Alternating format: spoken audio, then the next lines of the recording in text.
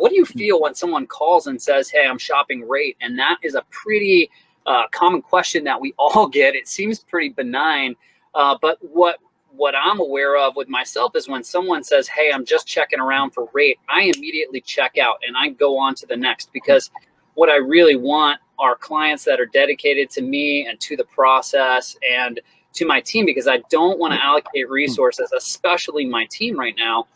You know, our processors, our underwriters, our production assistants, everyone is working around the clock. The last thing that I want is to put a loan in with someone that's on the fence. And to be honest, I don't know how you guys feel and the people that you're talking to feel, but it actually feels kind of nice to be in such high demand, because there were times where all of us were just fighting for every single deal, and to get into the pipeline. And so, the script that I'm using is some sort of, hey, Tim, look, I really appreciate that you're shopping rate, and I think rate is really important, but no one cares about you the way that I do. And you learn that on the purchase if they're a purchase client of mine. And, I just want to be honest with you about what's going on in the industry right now. The industry is completely taxed. They're at complete capacity. And, assuming you've got great credit and great rates, I'm going to get you in the high twos on this 30-year fixed, which is absolutely unbelievable. The lowest rate I've ever locked of all time. And having said that, I have to be really respectful of this team that's working around the clock. So unless you're definitely going with us, I don't want to go down any of Discovery Road. I don't want you to send any documents. I don't want you to do anything unless you're completely committed to me. And I'll go further and say, look, I think you're doing yourself a great disservice if you're going to go out there and just try to find a slightly lower rate than that, because if anything happens and the wheels come off, you're just a number to anybody else. And to us, we care about you. We care about your future. And I'd really like to take care of you. Are you on board with that? And 99.9% of the time, and the script doesn't always go like that. People are on board and we move forward. And I've had zero issues with rate. I mean, maybe 1 or 2 out of 100 where, I lose the deal because somebody's got a better interest rate than me, which was not anywhere close to the batting average that we normally have. So, Tim, what do you think about that script? Are there any tweaks that you'd make it? You are the script master. And Danny, can you weigh in as well? Yeah, I'd love to hear from Tim. I mean, this is literally his genius zone is scripting. So, and I know this is an important topic for a lot of people right now. I think that, first of all, I think it sounded fantastic, Mark. So let me just compliment you on a really well thought through script. And what I'd actually rather do, rather than try to regurgitate something else that would be quite similar, frankly. I mean, I think that what you said is kind of hits all of the key points. What I'd rather do is break that script down and pull some needles out of the haystack for those that just heard it, because I think that there are some principles associated with selling and relationship development that were adhered to there that are really important. So number one is teach. So Mark taught the consumer, in this case me, what is happening right now in the industry. And I think that's vitally important, that you make sure that you take the time to educate the consumer as to the loan volume, how long it's taking for loans to get done.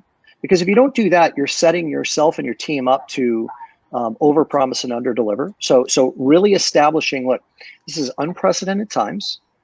I know that you know that because it's all over the news as to how low rates are. I love the fact that he said, I've never locked anybody in the twos before, because that creates excitement. And notice the excitement in his voice, the enthusiasm behind how great rates are right now.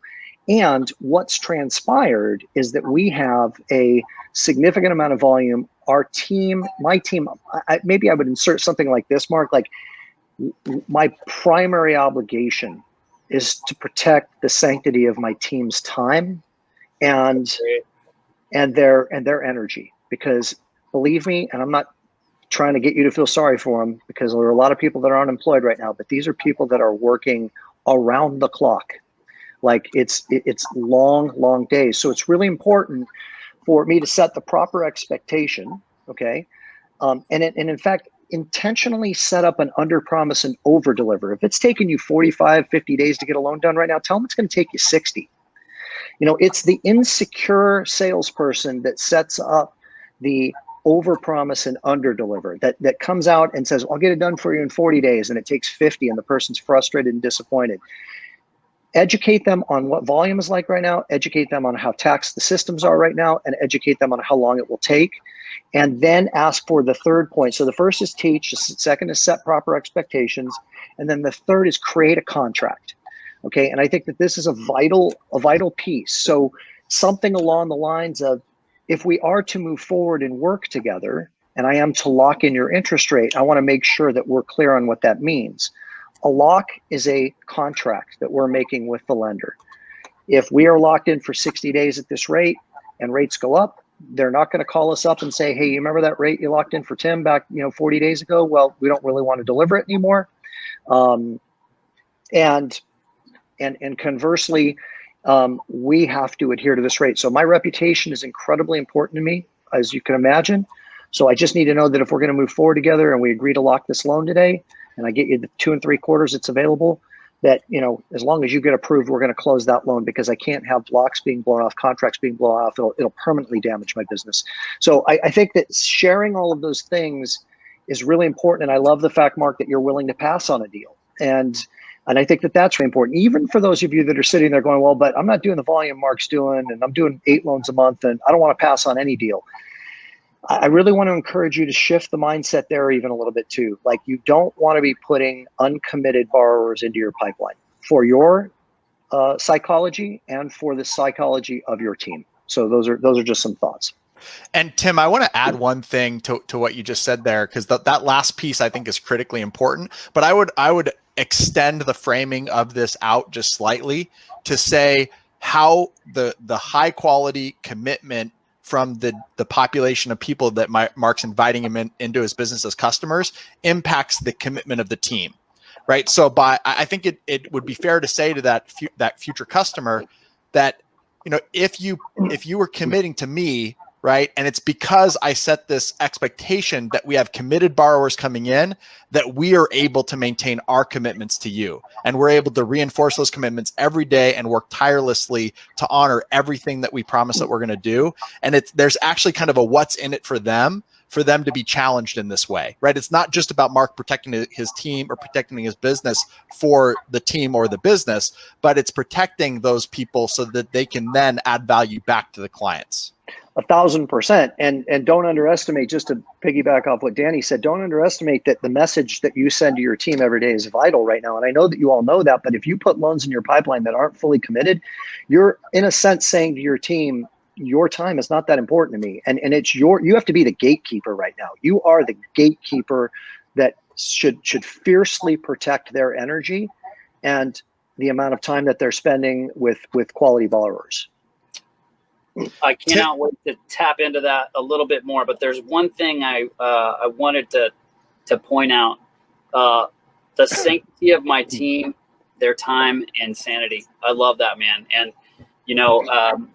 the one thing I wanted to ask you, Tim, is with folks that I coach, a lot of times I get the oh yeah, but you're doing X amount of volume, and inside my real truth is, well, hey, this is the way I feel like I would have behaved when I was doing a third of this volume just 6 years ago. It wasn't that long ago where I was in the same exact boat.